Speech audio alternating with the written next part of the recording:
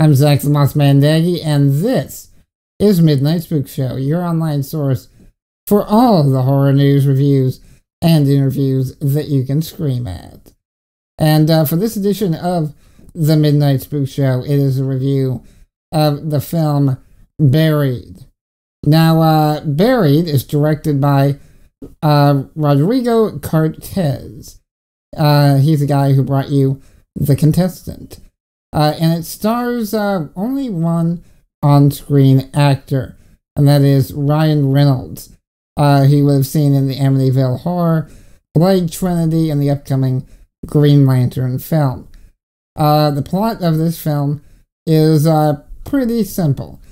It's about a truck driver in Iraq who is working for the U.S. Delivering supplies for construction and such. He and his caravan are ambushed by insurgents, and when the movie starts off, our main character, played by Reynolds, is, well, as the title suggests, buried in a box, coffin, basically, a very primitive kind of wooden one. And so the entire film takes place from inside the box. So you have only one actor in the entire thing. On screen, that is. There are phone calls and such, because he was buried with a cell phone. So, let me start by saying the directing in this, spectacular. Cortez basically makes a single scene inside, not even a room, a box, extremely exciting. Pulse pounding, intense, gritty, kind of exciting. I mean, it's an hour and a half film, give or take, and it's never boring. And that is owed greatly to the directing of this film. Also, the reason this works is because to pull this off, you have to have one actor in the entire film on screen, and that acting has to be damn good. And Reynolds really passes the acting grade with flying colors. I've always really thought he was a good actor, even in non-comedic roles. And this just proves me right, so to speak. The raw emotion he's able to radiate to the audience is spectacular. Reynolds just nails it. Really just fantastic all-around acting. So, fantastic acting, fantastic directing. If these things alone are something that makes you want to watch a movie, then watch Buried. If you are wanting good writing in this as well, I'm going to say pass on this movie. And I can't really say why without spoiling the movie. So here's the deal. That's my advice in the movie. If you want to watch something with good directing and good acting, watch Buried. If you need a decent story as well, pass. If you want to know why that is, then prepare for the entire movie being spoiled. So I'm going to go ahead and give you the chance to go ahead and turn off this episode in case you don't want to know any spoilers about the movie, because the rest of this show is going to be talking about the ending to the movie. Because there's really no other way of explaining why I hated it. So I'm going to go ahead and give you a couple seconds to turn it off. Okay. So, alright, yeah, like I said, I really hated this movie.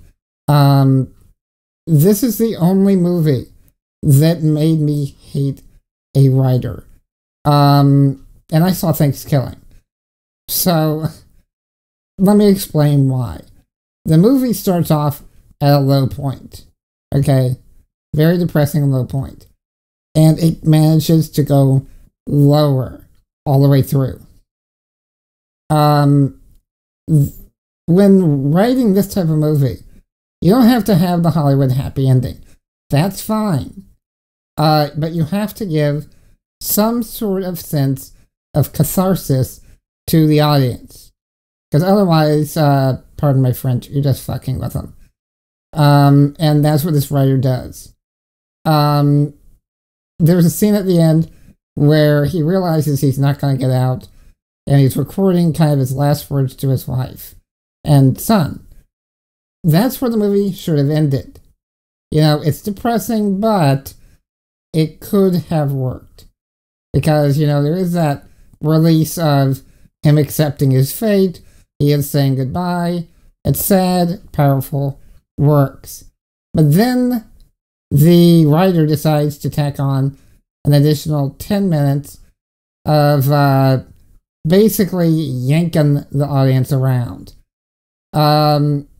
One scene that happened, which was even earlier in the film, is that he gets a phone call from the company he works for, and they more or less are covering their ass to say, well, you know what, we actually fired you before the capture happened, so your family's not going to get any insurance if you die, or insurance money.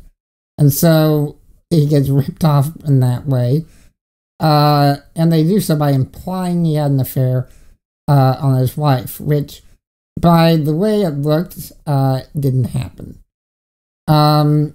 After that, he at least thinks the bad guy who put him in there was killed. And he gets a phone call. Bad guy's still alive. Not only that, the bad guy knows where our main character's family lives. And so he's threatening to kill his family next. And at that point, he makes our main character cut his own finger off. So he's going through all of that. You know, this is after, the movie should have ended. And after that, he finds out that one other thing happens first. You hear people digging outside the coffin. The door opens. It looks like they found him. He's free. No, that was a hallucination. That was the writer just screwing with the audience. So after that, he does get a phone call from the rescue team saying they're close to finding him. And so he's excited. He's finally going to get out. He gets a phone call from his wife. So instead of having to say goodbye, he can say, I'm getting out. I'm free. I'll be coming home, yada, yada. Then he gets another phone call. And keep in mind, the sand's starting to pour into the coffin. So he's running out of oxygen fast. And he gets a phone call that, no, they weren't coming in close. It was a false lead. They can't find him. The end. Now, the thing is, basically the message of this movie is the schmucks win. There's no... You can't get any kind of catharsis out of the whole thing. The character gets jerked around and all that. And he's even cheated out of a proper goodbye. It doesn't even have to be a okay goodbye. It doesn't have to be a happy ending. It really doesn't. Like I said, if the movie had ended with him leaving that message to his wife, the end, it would have been a fine movie. It would have been depressing, but fine. But the writer just, like I said, he does not give any sense of catharsis. He just messes with the audience. And I just find that really disrespectful of a writer to do. It's basically like saying, you want to go to a movie not to get any kind of, deep empowerment type thing or any kind of, like I said, it didn't have to have a Hollywood happy ending. You don't have to do that. But you need to give the audience something to take home from watching this movie. This movie does not. It just, like I said, messes with the audience. So for that reason, it has the worst ending ever in a movie, and I cannot recommend this film. Because I really legitimately think that the writer just really didn't give a crap about the audience. He just wanted to get something thought up on the screen. And it seemed very self-indulgent in that way. So, again, the movie is buried. It's out on DVD now. If you want, like I said, if you're just watching it for the acting and directing, I can recommend it. But otherwise, skip this film. I have a trailer for it over at spookshow.tv. So until next time, Moth Maniacs, I am your friendly New Media Mothman, advising them watching great horror films that are not buried. Then be sure to turn it up and turn out the lights. Cheers.